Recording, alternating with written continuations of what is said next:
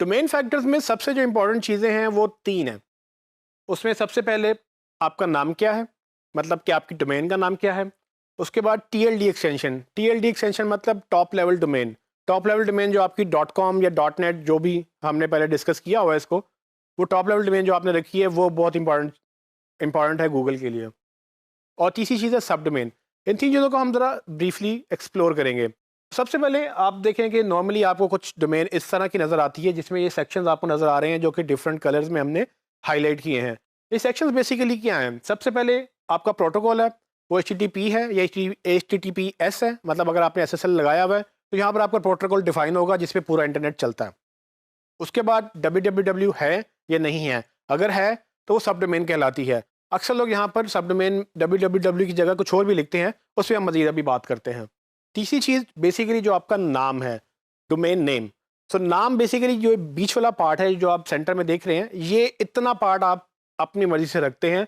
बाकी जो लास्ट में TLD एक्सटेंशन है यानी कि जो टॉप लेवल डोमेन है जो कि .com, इसकी जगह आप ये चीज़ें चेंज कर लेते हैं। सो ये वेब तकरीबन पूरा आपको यूआरएल कुछ इस तरह से नज़र आता है। इसमें सबसे पहले अगर हम बात करें नेम्स की, तो डोमेन नेम में नॉर्मली क्या खसूसियात होनी चाहिए, वो कुछ मैंने लिखी हुई हैं। फॉर एग्जांपल, अगर आपका डोमेन नेम छोटा है तो लोगों को याद करने में आसानी होगी, जितना छोटा नाम उतनी ज़्यादा बेहतर चीज़ है। उसके बाद अगर वो नाम मुश्किल है तो लोगों को याद नहीं रहेगा, तो मेमोरेबल नाम होना चाहिए, ऐसा नाम जो उनको बस ज़हन नशीं हो जाए, वो उसको याद रख सके। तो नाम कोई ऐसा हो जो उनके ज़हन में आसानी से बैठ जाए।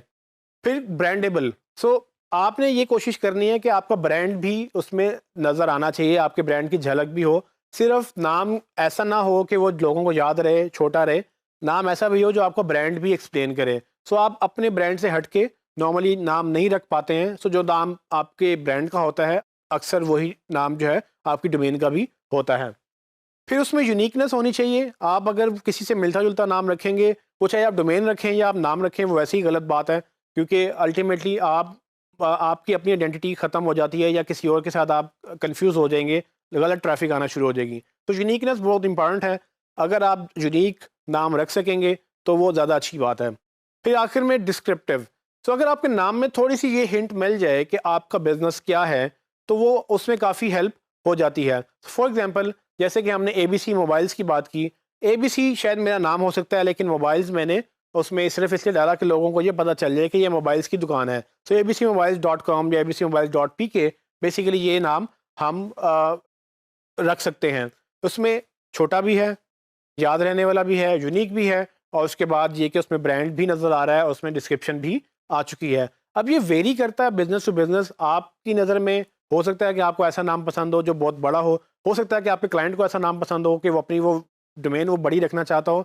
इसमें आप ज़्यादा बहस ना करें उनके साथ, अगर वो जिस तरह से कंफर्टेबल है वो ठीक है। अगर आपको मौका मिले एक नई वेबसाइट लॉन्च करने का जिसका नाम अभी सोचा भी नहीं गया हो, जिसकी कंपनी का नाम भी अभी सोचा ना गया हो, तब आप इसमें इन इन कैरेक्टरिस्टिक्स की बेस पे डिसाइड कर सकते हैं, नाम सजेस्ट कर सकते हैं अपने क्लाइंट को कि वो छोटी डोमेन रखें जो याद रह जाए। लेकिन अगर वो नहीं याद, वो उसको डिसाइड करना चाह रहा, तो वो आप उसको कोशिश करें। अगर नहीं मानता कोई मसला नहीं है, लेकिन अगर अपना बिजनेस आप चला रहे हैं तो आप भी कोशिश करें कि डोमेन नेम लेते हुए इन चीज़ों का थोड़ा सा ख्याल रखें ताकि आप ज़्यादा अच्छी पब्लिसिटी हासिल कर सकें। दूसरी चीज़ हमारी TLD एक्सटेंशंस हैं।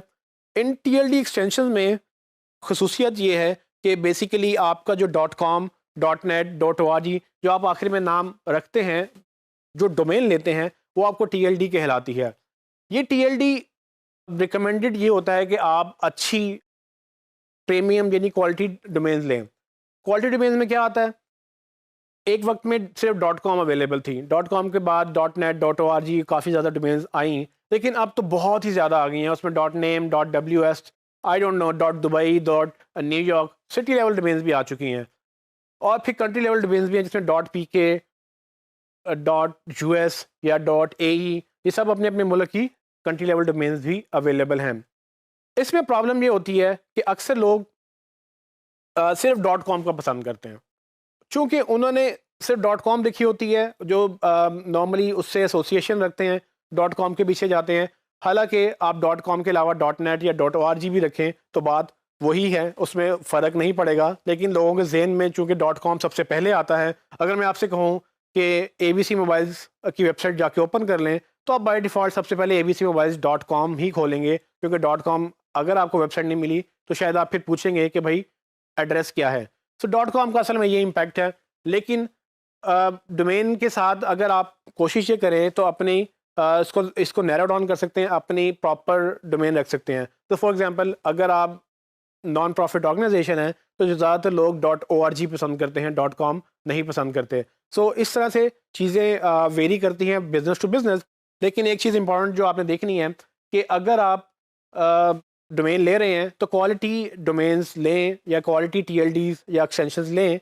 .biz, .info, .name या इस तरह की दूसरी जो आम डोमेन्स हैं इनसे अवॉइड करें। ये नॉर्मली लो क्वालिटी डोमेन्स समझी जाती हैं और इस पे वेबसाइट्स जो हैं उनकी क्रेडिबिलिटी ज़्यादा नहीं होती है। तो हमें क्रेडिबिलिटी चाहिए। हम चाहेंगे कि हमारी डोमेन्स उन एक्सटेंशंस पे हों जिनको गूगल या बाकी सर्च इंजन क्रेडिबल समझते हैं। क्रेडिबल मतलब कि उस पर स्पैमिंग कम होती है, उस पर जो है ना वो मुश्किल है स्पैमिंग, तो वो गूगल उन पर ट्रस्ट करता है।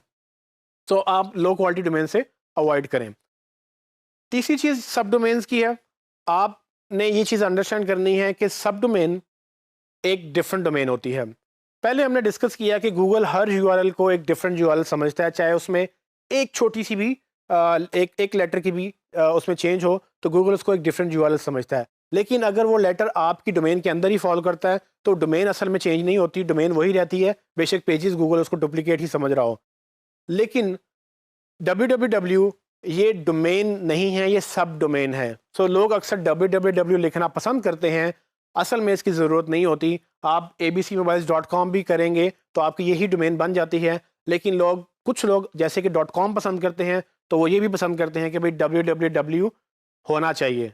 इसकी रीज़न क्या है किसी को नहीं पता। एक वक्त में इसको अच्छा समझा जाता था, अब बेसिकली लोग इसको एक बर्डन समझते हैं, क्योंकि छोटे नाम में अगर आप ये 4 लेटर निकाल दें www. इसकी कोई ज़रूरत नहीं है, इसके बगैर भी वेबसाइट्स ओपन हो जाती हैं। अनलेस कि आपको ज़रूरत हो, कोई टेक्निकल रीज़न हैं कि आपको www. चाहिए किसी सर्वर की वजह से या टेक्निकल रीज़न की वजह से, फिर ठीक है, फिर मसला नहीं है। लेकिन अगर आप इसको अवॉइड कर सकते हैं तो आप इसको अवॉइड कर लें। उसकी रीज़न ये है कि ये एक सब डोमेन है, ये आपकी नेम के आगे एक सब डोमेन कहलाई जाती है और इसके अगेंस्ट आपको मैं अगर दिखाऊं तो आपको कुछ इस तरह के URL नज़र आते होंगे। अक्सर लोग अपना ब्लॉग जो है वो सब डोमेन पे रखते हैं, यानी कि blog.abcmobiles.com बजाय इसके कि वो abcmobiles.com/blogs पे जाएं, वो blog.abcmobiles.com पे चले जाते हैं। इसमें प्रॉब्लम्स 2 आ जाती हैं। एक तो ये कि ब्लॉग या www या जितने भी आपने ये सब डोमेन लिखी हैं, ये एक डिफरेंट डोमेन कहलाती है। डिफरेंट डोमेन का मतलब ये है कि आपकी मेन डोमेन अलग है और ये अलग है। अगर आपने अपनी मेन डोमेन यानी कि www.abcmobiles.com भी रखी हुई है और साथ आपने blog.abcmobiles.com भी रखा हुआ है, तो असल में ये एक वेबसाइट नहीं है। गूगल इनको 2 डिफरेंट वेबसाइट काउंट करता है। याद रखें, 2 डिफरेंट वेबसाइट्स और 2 डिफरेंट पेजेस में फ़र्क है। पेजेस एक ही वेबसाइट के मल्टीपल पेजेस हो सकते हैं, लेकिन 2 डिफरेंट वेबसाइट के पेजेस भी अलग हैं और पूरी की पूरी डोमेन अलग है। इसका मतलब ये है कि अगर आप एक डोमेन की SEO कर रहे हैं तो वो अलग रह जाएगी, दूसरी डोमेन की SEO आपको 0 से करनी पड़ेगी। तो ये 2 डिफरेंट डोमेन्स की वजह से SEO भी डिवाइड हो जाएंगी। जितनी ज़्यादा आप सब डोमेन्स बनाएंगे उतनी दफ़ा आपको SEO भी मल्टीप्लाई करनी पड़ेगी। सो अगर आप एक ही डोमेन पर रह के SEO करेंगे तो पूरी डोमेन का जो इफेक्ट है वो एक प्रॉपर आपको सपोर्ट करेगा कि अगर आपके 4 पेजेस इंडेक्स्ड हैं तो बाकी 4 भी हो जाएंगे। लेकिन अगर आपकी डोमेन ही अलग है और आपने सब डोमेन अलग कर दिया है तो वो 4, बेशक आप दोनों पे 4-4 पेजेस रखें पर उसकी SEO अलग होगी, इसकी SEO अलग होगी। हालांकि पब्लिक के लिए या ऑडियंस के लिए वो एक ही वेबसाइट है या उस एक ही ब्रांड को रिप्रेजेंट कर रही है। सो ये छोटी सी गलती है जो लोग करते हैं, आप इसको अवॉइड कर सकते हैं।